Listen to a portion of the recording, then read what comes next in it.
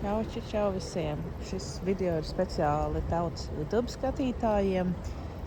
Lai nav tā, ka es esmu pa jums galīgi aizmirsusi. Un šobrīd atrodos Marriott Docklands viesnīcā, kurā, patiesībā šodien izrakstos, dodos prom un esmu atnākusi no rīta nopeldēties.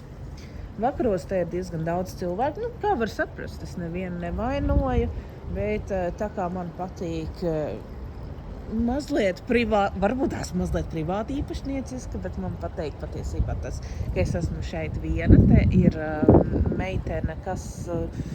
viena meitene, bet principā esmu šeit viena. Un parādīšu, kā te izskatās. Protams, ir skaisti. Es neko nesaku, skats te ir brīnišķīgs. Mazliet līst, tāds sēņu lietiņš saucamais. Mazliet līst. Un otra lieta, ko es gribēju noteikti parādīt, ir un jautāju, vai var pārkrist pāri šeit baseina malai. Un atbilde ir, ka nē.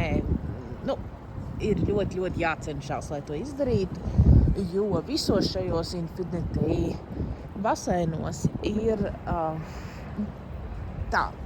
drošība un var arī tas sagādāt mazu vilšanos, jo tad, kad tu piepeldi klāt baseinu malai, tad ir tā, kā tu redzi to malu.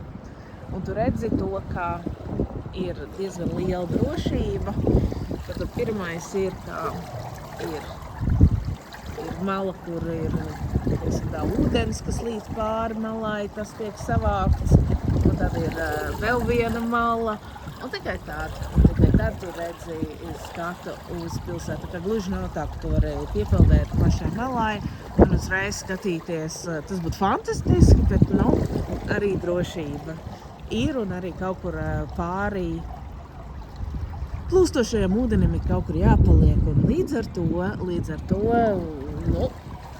nav gluži tā, kādu ilūziju varbūt rada stāvot pie baseina otras puses, ka tiešām tu tur kā piepeldi klāt baseina malā, tu var skatīties uz leju. Teorētiski vari, bet tas nav tas, ko šī ilūzija rada.